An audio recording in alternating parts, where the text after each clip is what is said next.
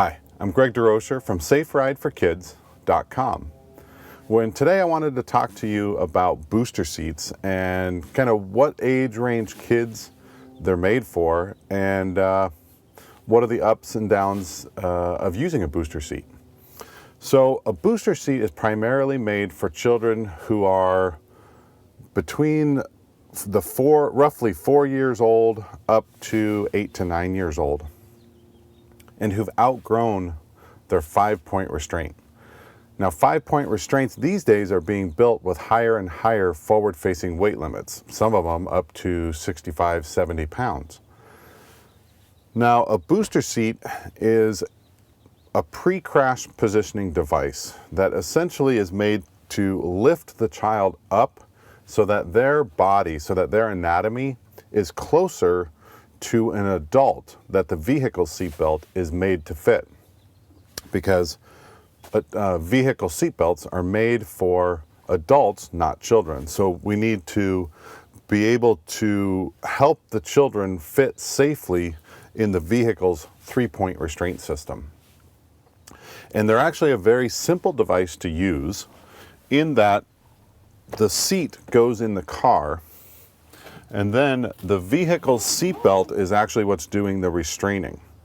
As opposed to a conventional child restraint, like a convertible car seat or something, that the vehicle's seatbelt is holding the car seat in the vehicle, and then the seat has an internal harness that's holding the child.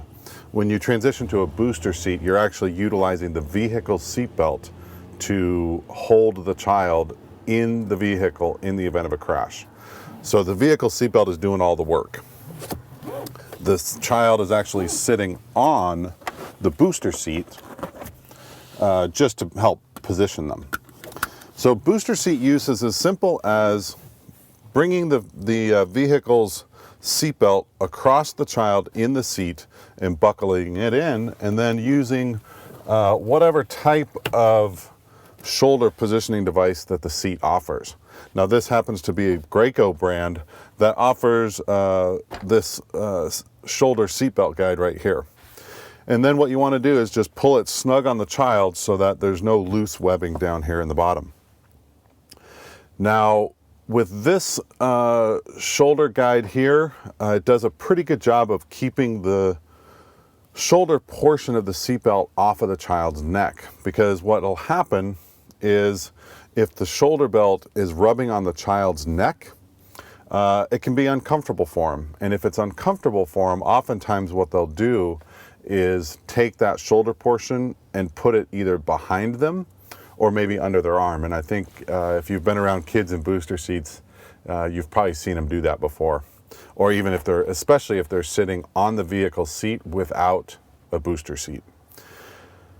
Now, most children do not actually start fitting in the adult seatbelt until they're somewhere between 9 to 12 years old. Most states' laws really only cover up to about 8 years old. It varies by state, but you're going to want to check what the law is in your state, and you can do that just by searching child passenger safety law and then your state. So one of the other things to think about is, how do you know when your child is outgrown the booster seat? When are they ready to sit in the vehicle's adult seatbelt? And what you're going to look for there is if the child can sit with their back up against the vehicle seat back and have their legs bend naturally at the edge of the seat. And the reason that that's important is if this seatbelt is coming across the child and if their back is all the way against the vehicle seat back, the seatbelt is going to be low on the hips.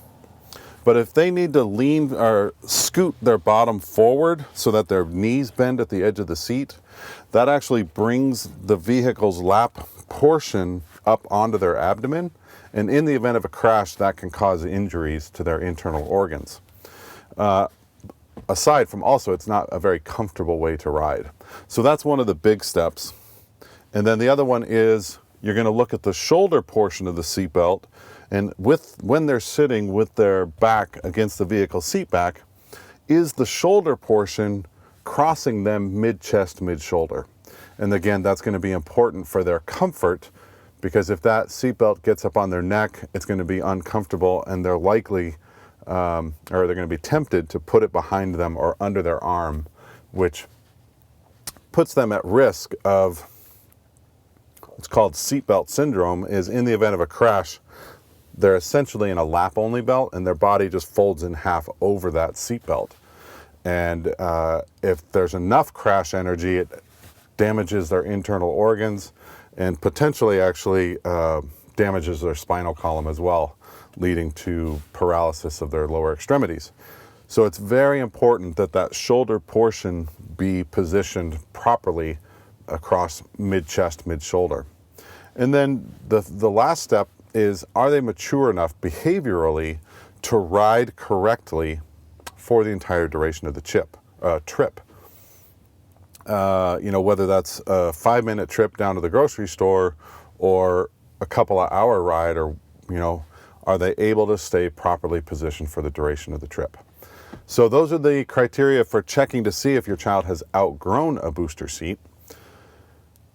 Another type of booster seat that's out there is what's called a backless booster seat.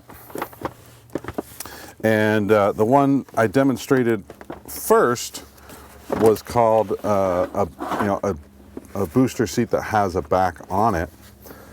And I want to show you the difference between that and a backless booster. So a backless booster is the same seat, just without the back, and it is crash tested both ways, with and without the back. So as far as positioning the child in the seat, it pretty much works the same way. You're going to want to do the both the lap and the shoulder belt under the arm on the buckle side, which allows the shoulder portion to come across the child mid-chest, mid-shoulder.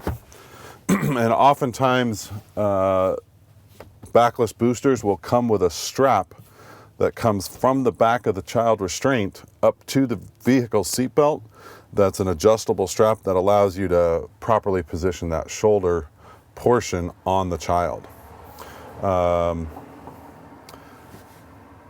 So that's, again, how to quickly use a backless booster seat. And before we go, I want to introduce you to another product that is available at SafeRideForKids.com. It's called the Ride Safer Travel Vest. And this is just an example of what the Ride Safer Travel Vest looks like when it's being used to position the vehicle seatbelt. Now, obviously there's no kid here, but if you can see, the lap portion of the vehicle seatbelt is being held in place low on the child's hips by these clips here.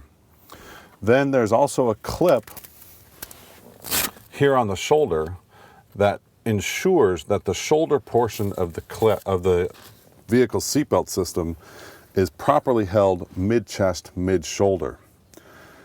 And then the other benefit of the Ride Safer Travel Vest is that the front panels here are actually made of energy absorbing, energy dissipating materials, so that in the event of a crash, the crash energy that's being transferred to the vehicle seatbelt is dissipated over a wider portion of the child's body. In a booster seat, all the crash energy is being absorbed, and the restraining force is being transferred to just the 2-inch wide webbing of the vehicle seatbelt. The Ride Safer Travel Vest gives the opportunity or the ability to dissipate that energy out over more of the child's body, which actually helps decrease the injury criteria that they might experience. The other benefits of the Ride Safer Travel Vest are that it's very light and very easy to use, and very transferable from vehicle to vehicle. So if you're frustrated transferring your car seat or your booster seat from car to car, the Ride Safer Travel Vest is a fantastic, convenient alternative that is crash tested, and it's safe for children from 30 to 80 pounds as long as they're over 3 years old. So it's a great alternative, safe, crash tested, and offers a couple of benefits that you just can't get with a booster seat. Thanks for joining us today. I hope this video was helpful. If you have any questions, please come visit us at saferideforkids.com.